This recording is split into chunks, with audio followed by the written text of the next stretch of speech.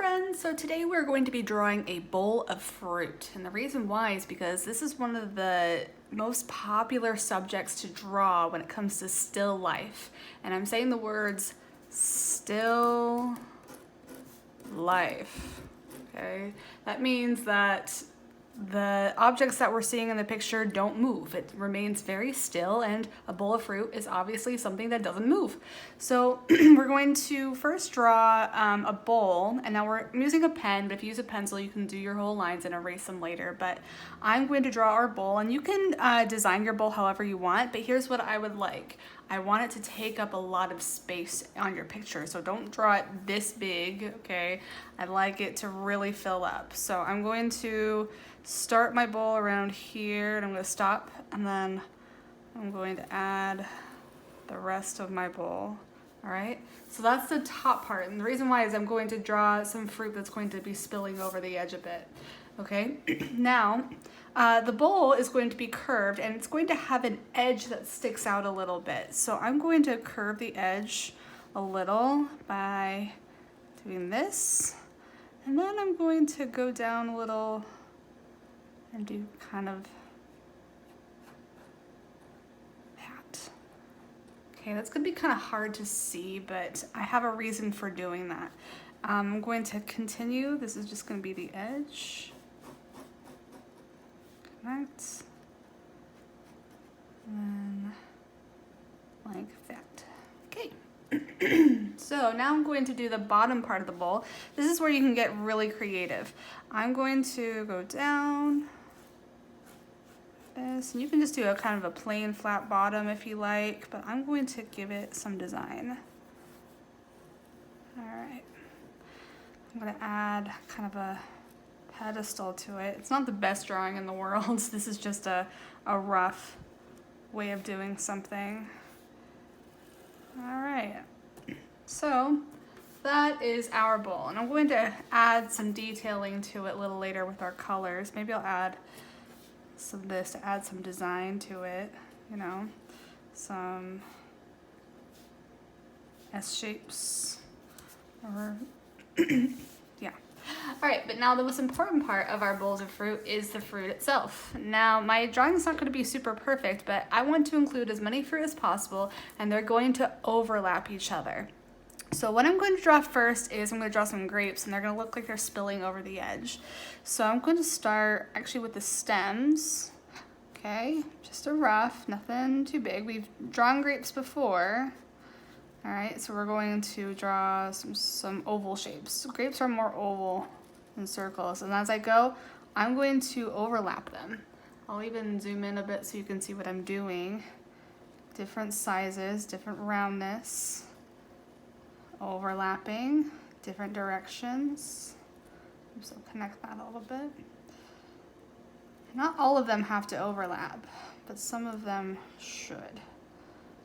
Okay, and I can even do some partial shapes. When I say partial, I mean like little shapes like that. Some other partial shapes like this.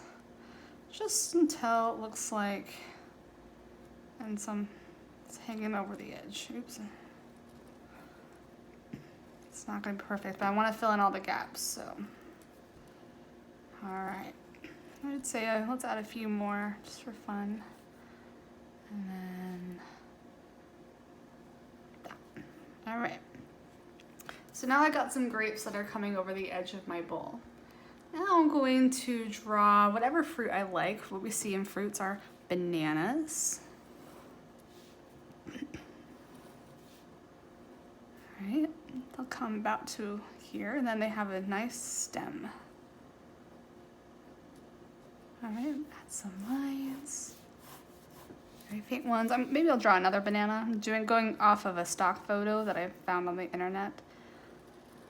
So you can have more than one fruit if you like. But I want to draw lots of my favorite fruits too, so I might decide to do maybe, an apple. Apples are fun. I want to fill in the space, and I want to overlap, so I'm only going to do the top of my apple. I'm going to kind of curve the bottom, come down. All right, very simple. I can even add a little bit of a dip to it, kind of like how we did for our cherries. All right, we can add a stem. And then there are fruits called pears. Pears have a more elongated shape. Kind of like an apple, and then it kind of goes down thicker. Okay, see where I put my pear? There.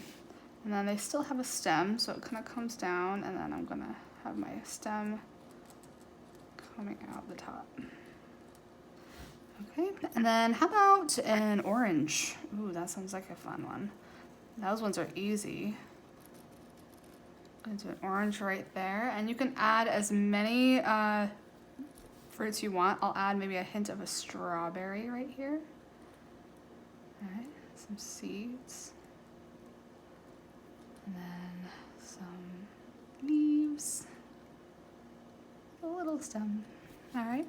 How about some other berries? There's some raspberries. Raspberries have little curves to them.